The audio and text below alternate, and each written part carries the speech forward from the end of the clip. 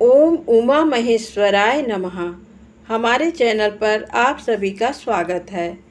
शिव महापुराण रुद्र संहिता तृतीय पार्वती खंड में अध्याय 21 पार्वती जी की तपस्या, अध्याय 22 देवताओं का शिव जी के पास जाना। कथा आज सुनेंगे। ब्रह्मा जी बोले, हे देवर्षि नारद, जब तुम पंचाक्षर मंत्र का उपदेश देकर उनके घर से चले आए तो देवी पार्वती मन ही मन बहुत प्रसन्न हुई, क्योंकि उन्हें महादेव जी को पति रूप में प्राप्त करने का साधन मिल गया था। वे जान गई थी कि त्रिलोकीनाथ भगवान शिव को सिर्फ उनकी तपस्या करके ही जीता जा सकता है। तब मन ही मन तपस्या करने का निश्चय करके पार्वती अपने पिता हिमराज और माता मैना से बोली कि मैं शिव जी की तपस्या करना चाहती हूँ। तप के द्वारा ही मेरे शरीर, स्वरूप, जन्म एवं वंश आदि की कृतकृत्यता होगी, इसलिए आप मुझे तप करने की आज्ञा प्रदान करें। उनकी तप करने की बात सुनकर पिता हिमालय ने सहर्ष आज्ञा प्रदान कर दी, परंतु माता मैना ने उन्हें घर से दूर वनों में जाकर तपस्या करने से रोका। पार्वती को रोकते हुए मैना के मुंह से उमा शब्द निकले, तभी से उनका नाम उमा हो गया। पार्वती के हठ के सामने मैना कुछ न कर सकी। तब खुशी से उन्होंने पार्वती को तपस्या करने की आज्ञा प्रदान कर दी। तत्पश्चात माता पिता की आज्ञा पाकर देवी पार्वती खुशी से मन में शिव जी का स्मरण करते हुए अपनी सखियों को साथ लेकर तपस्या करने के लिए चली गई। रास्ते में पार्वती ने सुंदर वस्त्रों को त्याग दिया तथा वल्कल और मृग चर्म को धारण कर लिया। उत्तम वस्त्रों का त्याग करने के उपरांत देवी गंगोत्री नामक तीर्थ की ओर चल दी, जिस स्थान पर भगवान शंकर ने घोर तपस्या की थी और जहां शिव जी ने कामदेव को भस्म कर दिया था, वह स्थान गंगावतरण तीर्थ के नाम से प्रसिद्ध है। वहीं पर देवी पार्वती ने तप करने का निश्चय किया। गौरी के यहाँ तपस्या करने से ही ये पर्वत गौरी शिखर के नाम से प्रसिद्ध हुआ है। उस स्थान पर पार्वती ने अनेक फलों के वृक्ष लगाए। तत्पश्चात पृथ्वी को शुद्ध करके वेदी बनाकर अपनी इंद्रियों को वश में करके मन को एकाग्र कर कठिन तपस्या करनी आरंभ कर दी। ऐसी तपस्या ऋषि मुनियों के लिए भी दुष्कर थी।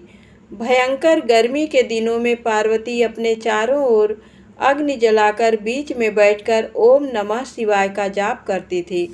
वर्षा ऋतु में वे किसी चट्टान पर अथवा बेदी पर बैठकर निरंतर जल धारा से भीगती हुई शांत भाव से मंत्र जपती रहती थी।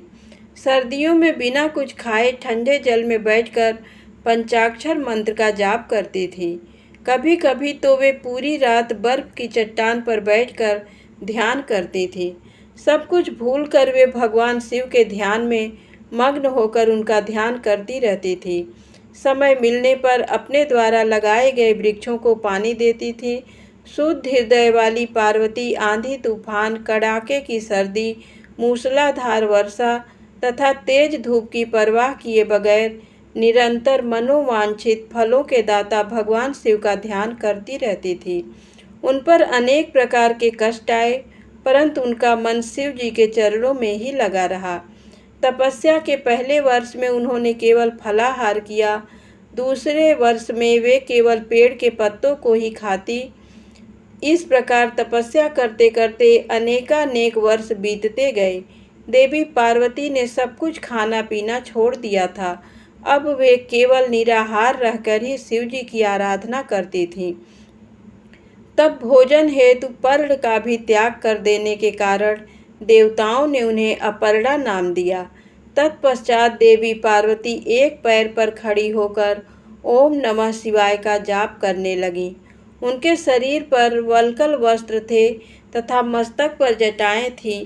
इस प्रकार उस तपोवन में भगवान शिव की तपस्या करते करते 3000 वर्ष बीत गए। 3000 वर्ष बीत जाने पर देवी पार्वती को चिंता सताने लगी। वे सोचने लगीं कि क्या इस समय महादेव जी ये नहीं जानते कि मैं उनके लिए ही तपस्या कर रही हूँ। फिर क्या कारण है कि वे मेरे पास अभी तक नहीं आए।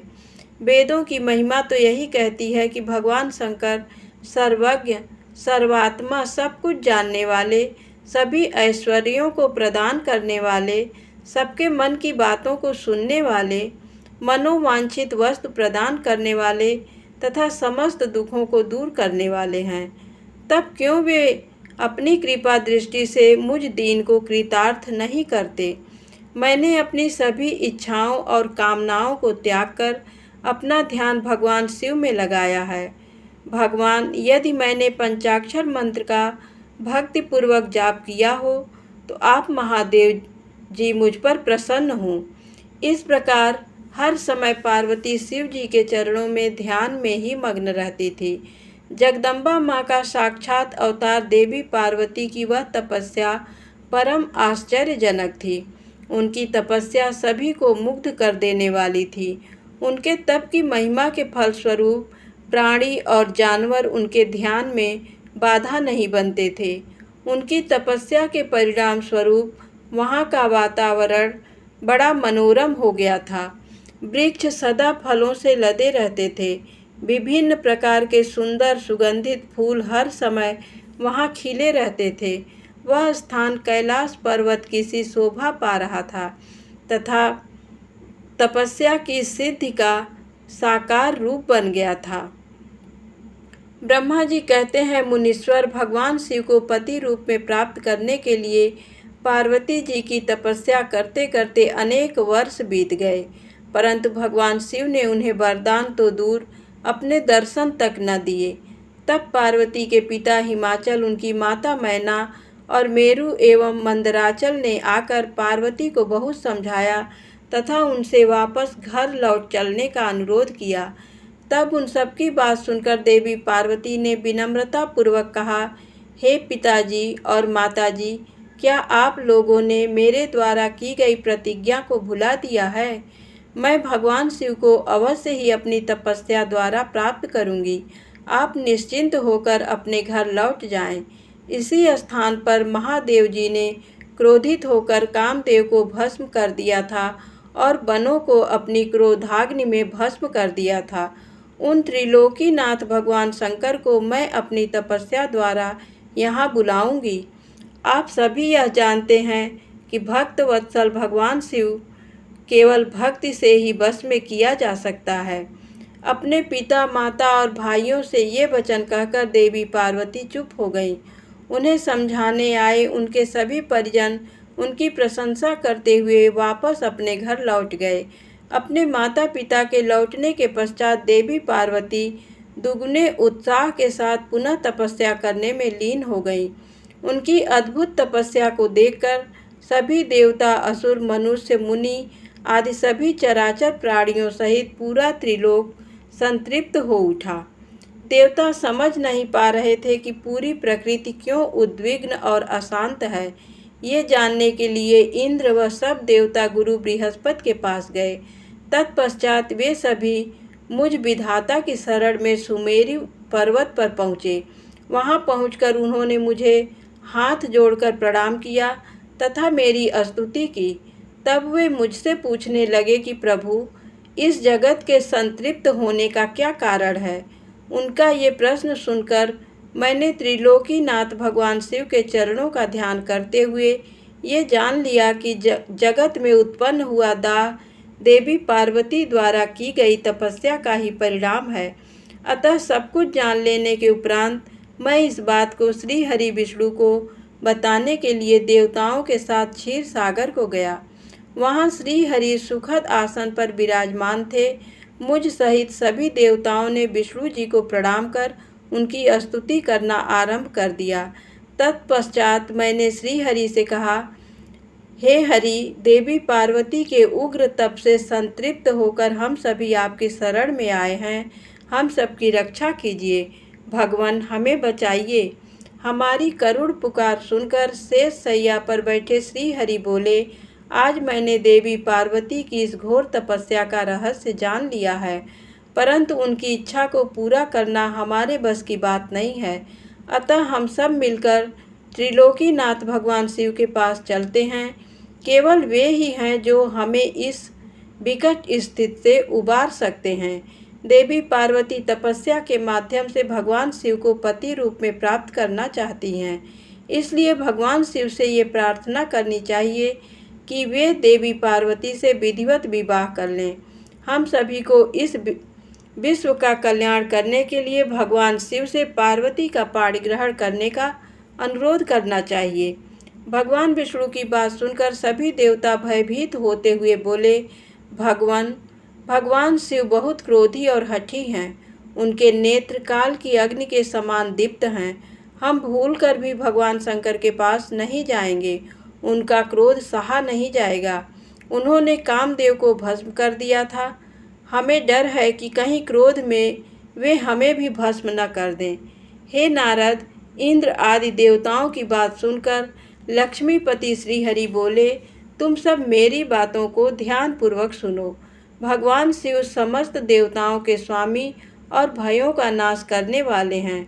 तुम सबको मिलकर कल्याणकारी भगवान शिव की शरण में जाना चाहिए।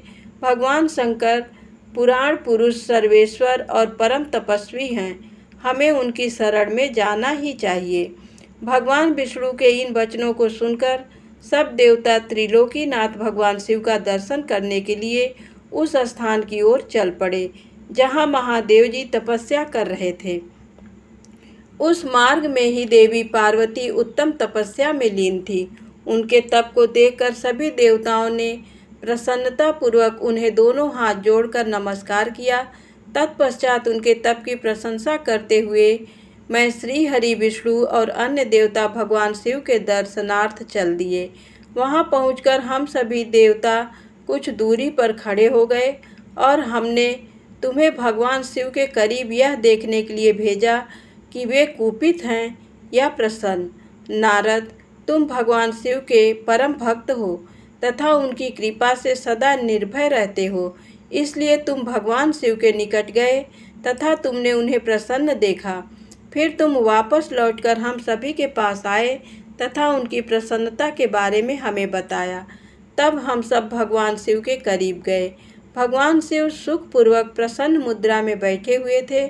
भक्त वत्सल भगवान शिव चारों ओर से अपने गणों से घिरे हुए थे और तपस्वी का रूप धारण करके योग पट्ट पर आसीन थे। मैंने श्री हरि और अन्य देवताओं ने भगवान शिव शंकर को प्रणाम करके वेदों और उपनिषदों द्वारा ज्ञात विधि से उनकी स्तुति की। धन्यवाद।